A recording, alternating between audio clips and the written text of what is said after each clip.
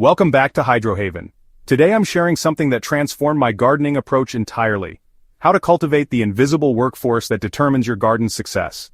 When I first started gardening, I focused exclusively on what I could see: plants, pests, and visible soil quality. But after years of mixed results despite following all the standard advice, I discovered what master gardeners have known for generations. The secret to extraordinary gardens lies beneath the surface, in the complex world of soil microorganisms. I've spent 5 years experimenting with different methods of nurturing my soil's microbiome, and I'm about to share the 4 most powerful strategies that have consistently produced remarkable results in my garden. These aren't just theories, they're proven methods that have turned my once struggling garden into a thriving ecosystem that practically takes care of itself. Let's dive into these game-changing practices that will revolutionize your gardening experience. Secret number 1, feed the soil, not just the plants. The first secret to nurturing a robust soil microbiome is shifting your mindset from feeding plants to feeding soil. This concept transformed my garden from a constant struggle to a self-regulating ecosystem. When I began gardening, I diligently applied fertilizers directly to my plants according to package instructions. While I saw immediate growth boosts, I also noticed increasing problems with disease, pests, and plants that seemed dependent on regular fertilizer fixes to perform. The turning point came when I began focusing on nourishing the soil microbiome instead. These microscopic allies, bacteria, fungi, protozoa, nematodes, and more, break down organic matter into plant-available nutrients, protect roots from pathogens, improve soil structure, and even communicate with plants about environmental threats. In essence, they form the digestive and immune system of your garden. To feed these vital microorganisms, incorporate carbon-rich materials like compost, leaf mold, and plant residues into your soil regularly. These materials serve as both habitat and food source for beneficial bacteria and fungi. I now make it a practice to apply 1 to 2 inches of homemade compost across my garden beds each spring and fall. This simple habit has dramatically reduced my need for supplemental fertilizers while improving plant health and resistance to stress. Even more important than adding organic matter is minimizing practices that harm the soil food web. Synthetic fertilizers, particularly high nitrogen varieties, can disrupt microbial communities by creating osmotic pressure that dehydrates beneficial organisms and favors pathogenic ones. Similarly, fungicides, even organic ones, can devastate beneficial fungal populations that form crucial partnerships with plant roots. I've eliminated these inputs entirely from my garden, and after a brief transition period, my plants have never been healthier. For gardeners transitioning away from synthetic inputs, consider incorporating microbial inoculants to jumpstart your soil's recovery. Products containing mycorrhizal fungi and beneficial bacteria can accelerate the restoration of soil health, particularly in damaged or construction-compacted soils. I've had remarkable results using these inoculants when planting fruit trees and perennials, with noticeably stronger establishment and growth compared to untreated plants.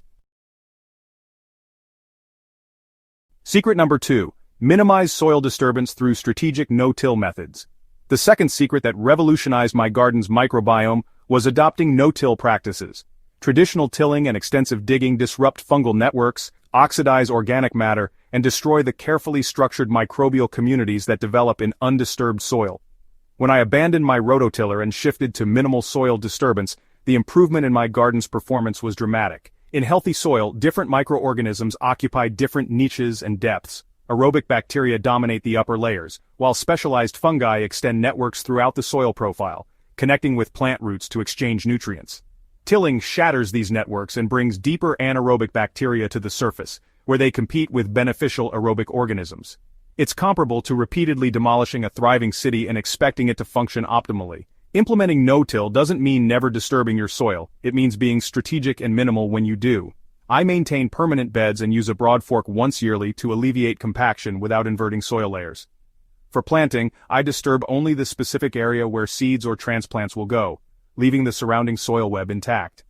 When harvesting root crops, I immediately fill the hole with compost to maintain soil structure. Cover cropping plays an essential role in a successful no-till system. Winter cover crops like cereal rye, hairy vetch, or crimson clover protect the soil surface, suppress weeds, and add organic matter. In spring, instead of tilling these covers under, I crimp or cut them at soil level, leaving the roots intact to decompose naturally. This creates channels for water infiltration and introduces organic matter deep into the soil profile where it feeds beneficial fungi. The transition to no-till requires patience. It typically takes 2 to 3 years for the full benefits to manifest as the soil microbiome reestablishes itself. During this transition period in my garden, I observed an initial surge in weed pressure followed by a steady decline as the system balanced. By year 3, weed management required significantly less effort than in my former tilled system. Secret number 3, maintain continuous living roots to support mycorrhizal networks. The third secret to a thriving soil microbiome is maintaining living roots in your soil throughout the growing season. This practice specifically nurtures mycorrhizal fungi, remarkable organisms that form symbiotic relationships with plant roots, effectively extending their reach by 10 to 1,000 times in exchange for carbon compounds produced through photosynthesis. I discovered the importance of continuous living roots accidentally, when laziness led me to leave a bed of spent peas in the ground rather than clearing it promptly. When I planted fall brassicas in this bed, they outperformed identical varieties in my meticulously cleared beds by a substantial margin. Research later confirmed my observation. Mycorrhizal networks established by one crop can benefit subsequent plantings if left undisturbed. Now I practice succession planting not just for extended harvest but specifically to maintain living roots for mycorrhizal support.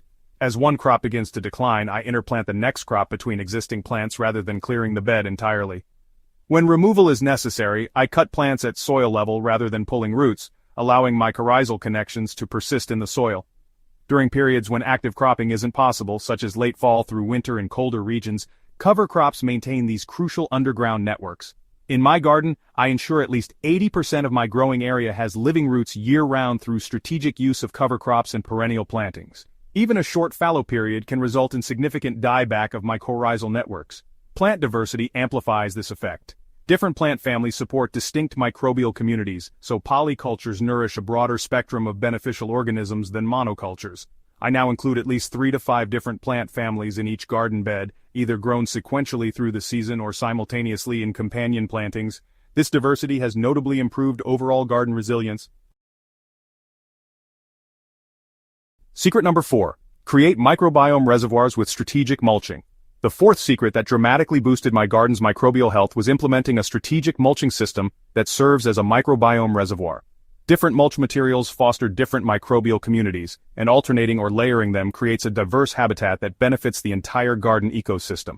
Wood chip mulch in pathways has been particularly transformative. As these chips break down, they foster fungal-dominant communities that gradually migrate into adjacent beds. These fungal networks excel at breaking down complex organic compounds into forms plants can use and creating stable humus that improves soil structure permanently. I maintain 3 to 4 inch deep wood chip paths throughout my garden, refreshing them annually while incorporating the partially decomposed lower layer into my beds.